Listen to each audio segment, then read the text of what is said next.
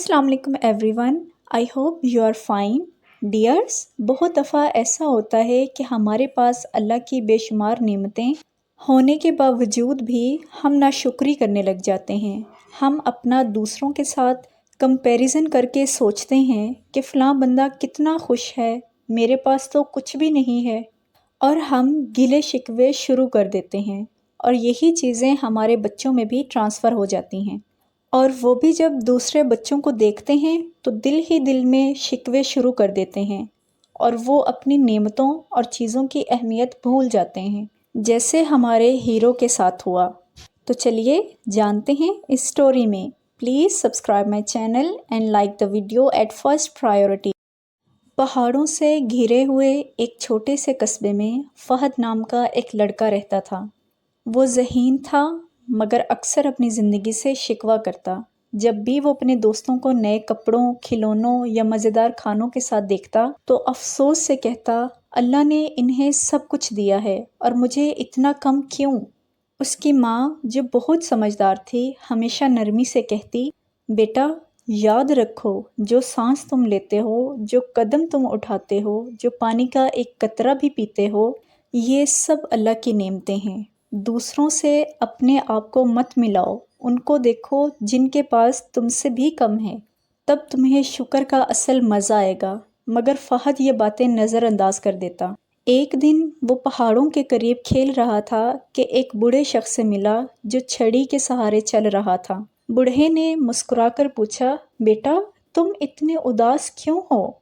फ़हद ने दिल का हाल सुना दिया। नए कपड़े नहीं, महंगे खिलौने नहीं, बड़ा घर नहीं। बूढ़ा सब्र से सुनता रहा और फिर बोला, क्या तुम सच में अल्लाह की नेमतों की कीमत देखना चाहते हो?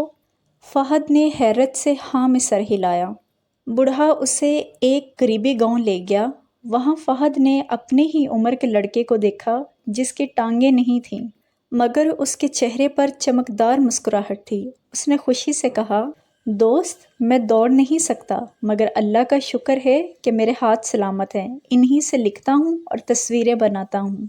फिर वो एक लड़की से मिला जो आंखों से महरूम थी, मगर बांसुरी बजाते हुए कहके लगा रही थी। वो बोली, मैं दुनिया को नहीं देख सकती, मगर अल्लाह का शुक्र है कि मेरे कान सलामत हैं। मैं मौसीकी और अपने प्यारों की आवाज़ सुन सकती हूँ।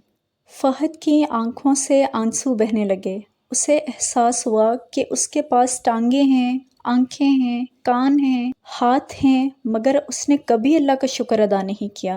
बूढ़ा मुस्कुराकर बोला, बेटा शुक्र वो ख़जाना है जो दिल को सुकून देता है। जो लोग छोटी छोटी नेमतों पर अल्लाह का शुक्र अदा करते हैं, वो सबसे ज़्यादा अमीर हैं, क्योंकि उनके दिल मुतमईन हैं।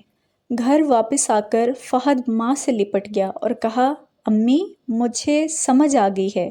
मेरे पास सब कुछ नहीं, मगर मेरी ज़रूरत से ज़्यादा है। मैं देख सकता हूँ, चल सकता हूँ, पढ़ सकता हूँ और प्यार कर सकता हूँ। इस पर रोज़ अल्लाह का मुझे शुक्र अदा करना चाहिए। उनके बाद फ़हद ने दूसरों से अपनी ज़िंदगी का मवाजना करना छोड़ दिया। वो हर सुबह शुक्र के साथ दिन शुरू करता और हर रात नेमतें गिनकर सोता। बड़ा होकर वो एक नेक और सखी इंसान बना, जो दूसरों की मदद करता और जिसका दिल हमेशा सुकून में रहता। यूं फ़हद ने ज़िंदगी का सबसे कीमती ख़जाना पा लिया, शुक्र का ख़जाना। तो डियर्स, इस स्टोरी से हमें क्या मॉरल लेसन मिलता है कि शुक्र इंसान को सुकून और खुशी देता है।